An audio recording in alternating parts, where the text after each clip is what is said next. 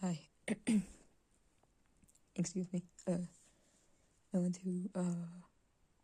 like kind of talk about I was like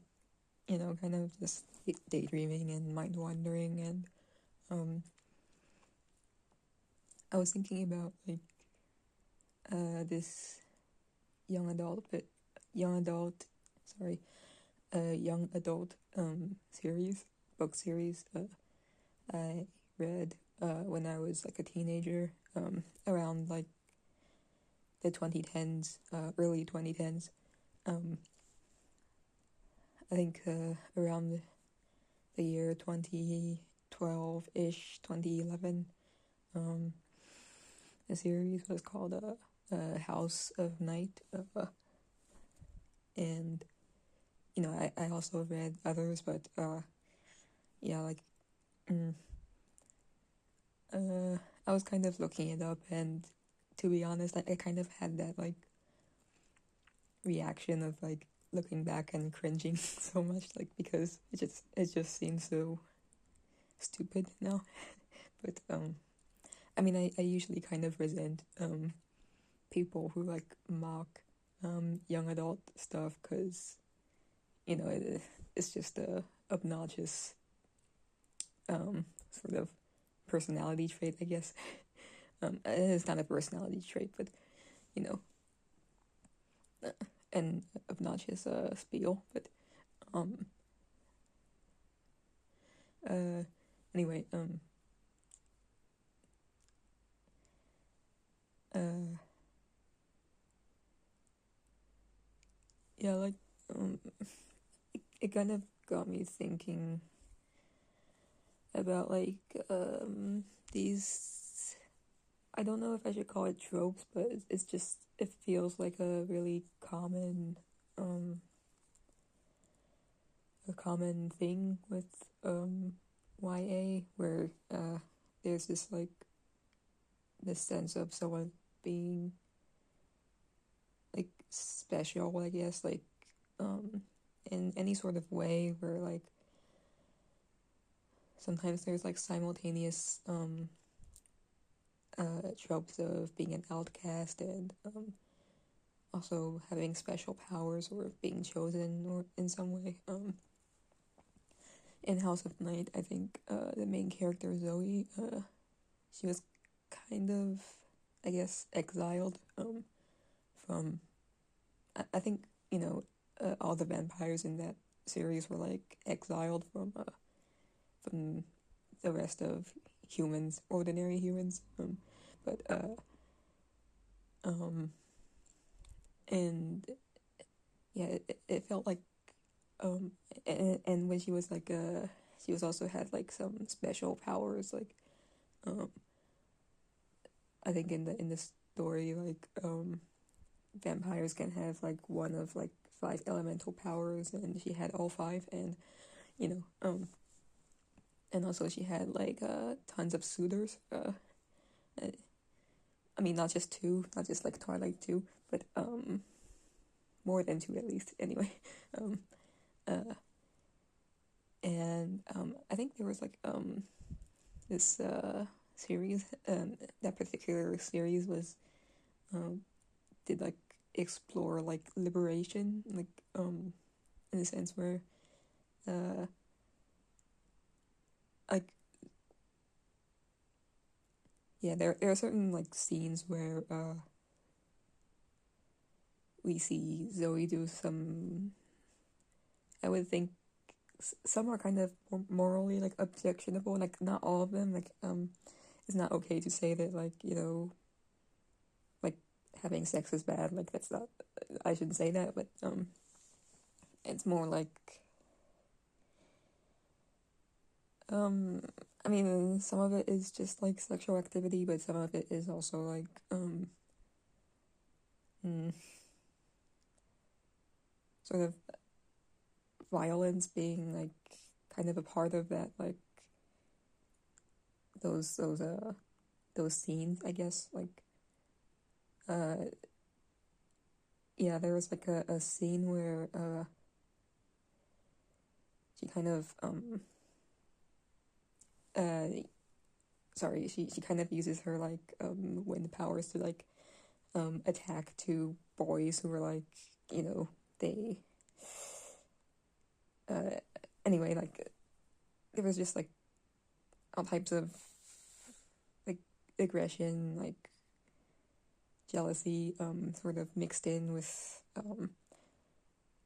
the the sexual aspect of the stories, um, that kind of make it, I don't know, a bit more morally complex, I guess. But and so my reading experience of that series was, well, what I remember from that series is like not completely positive, and that like that particular story had the kind of a, I think it's something that's like, I I don't know if it's just me, but it's probably not just me, but in any case, like I kind of had this like reaction where like I feel like what's happening isn't entirely right, like um but the book also doesn't really like give justice to it, where yeah, like the series was written from like the first person perspective of Zoe, and um I don't think I've really seen at any point like Zoe like kind of had that like internal um conflict over her actions. Like maybe she does, but I didn't remember that as like a significant part of like um the narration. And um yeah, I think to me that was kind of just something that left a bad feeling, I guess. And also now looking back, I kind of have some bad feelings, but uh um and also like obviously like other series like Twilight, there's this other one, I don't remember the name, but in any case, like yeah, I think it's just like a really well known reused repeat like phenomenon in young adult fiction, where you know, the state of being unique, of being chosen, of being like, just even if even in books there are like that kind of challenge, that uh that paradigm of like, you know, somehow the story makes the main character seem perfect. Um, Even in one book, I didn't read tons of those books, but one of them, yeah, I remember it was a bit more, I guess, open to portraying like some pretty exposing, um, uh, you know, events, that like or experiences, of the main character. There was still like this sense of like, oh, she's like so smart, or she's excellent in what she does, and she has an amazing friendship, and like, you know, she's a strong person, and um, it's not like unrealistic in a sense that like, you know, there aren't real people who are strong and who are smart and do very well in um, their area. Uh, I think it's, I don't know, like it just kind of jars me, I guess, like to be reading the whole thing and like yeah, just see these elements thrown in of like that made me feel like, wow, this is really an exceptional person, you know. Um, uh, sorry.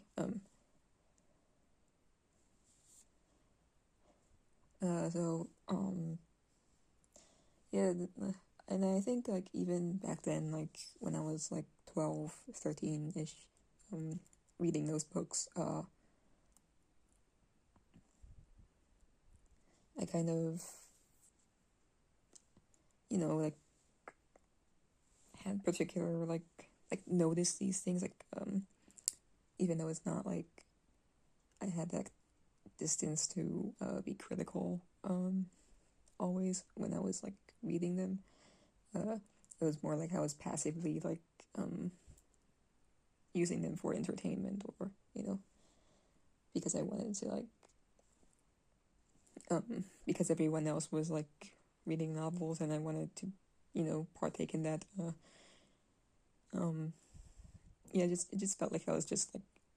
passively like absorbing these descriptions and like enjoying them.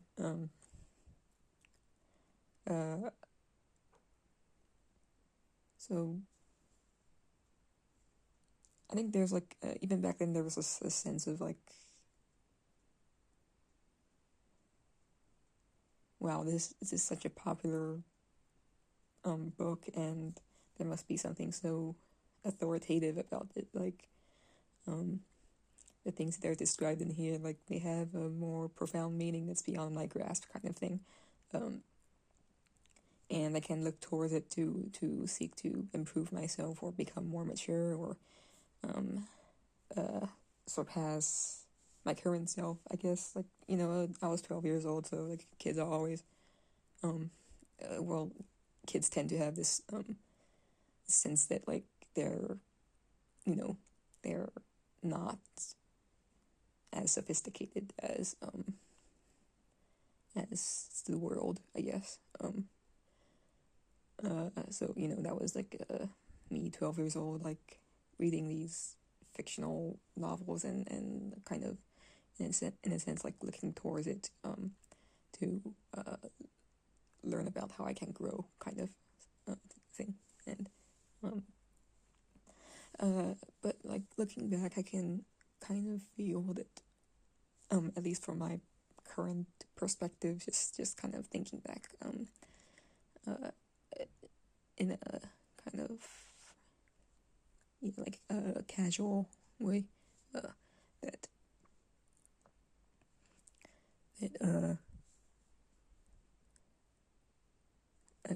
sorry, that I think almost that's not true. Like I feel like the sort of sentiments communicated through those novels were in fact kind of, you know, just they were kind of incomplete basically, and like incomplete, flawed, and not really something that should be taught to children in like a authoritative way. Like I think most teens, most 12-year-olds actually, like they probably have a more finer instincts than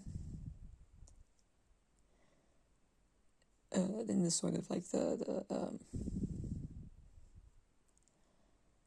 what's kind of, I guess, communicated as like about like morality or about just yeah, like values, or just like plain like sort of a representation of people, or like, you know, life, I guess, like through these books. I think, like at least from what I remember, like growing up, 12 years old, I was like, it felt like my world was to a large extent like quite practical. I mean, not that I liked it or anything, not that it's not as if like currently, who I am today, like I'm super practical, and I agree with like that that that mindset is more like I don't know what like I guess basically it's like the novels themselves that like are like, implicitly like teens and children are encouraged to learn from. It's like more naive than like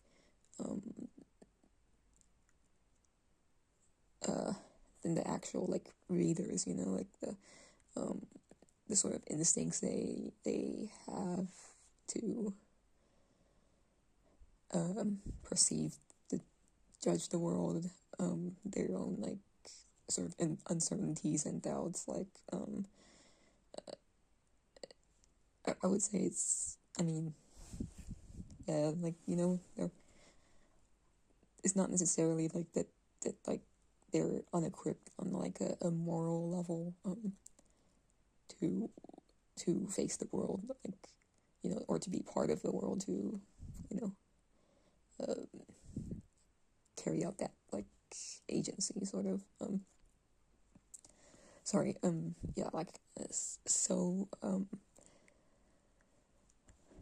I kind of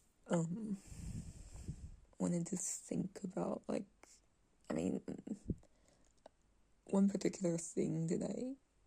notice with like, I mean, I think it's pretty safe to say that like most YA novels are like written by adults, and maybe some are younger, but I presume that many are like, middle-aged, maybe 30s, 40s-ish. So they're adults, but it's like, the adults are writing these things. They're like creating these creative pieces, literature that like contains these like these tropes, these constructs that yeah, sometimes might be kind of lacking in like some instructive, I don't know, like it just, I think yeah, like come across like childish, like, or something. They're written by adults, and they're like the imagination of adults, but then they're published and they're called young adult fiction, and people think of it as like a teenager thing, and I think that's just kind of a flaw in like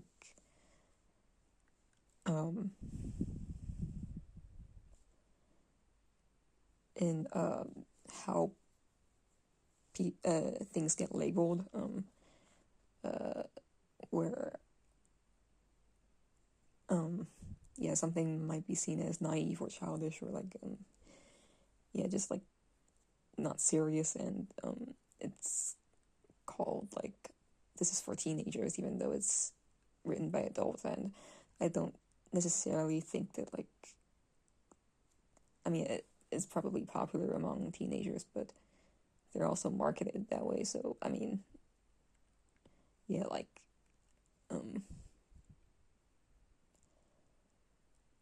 I just think it's kind of flawed.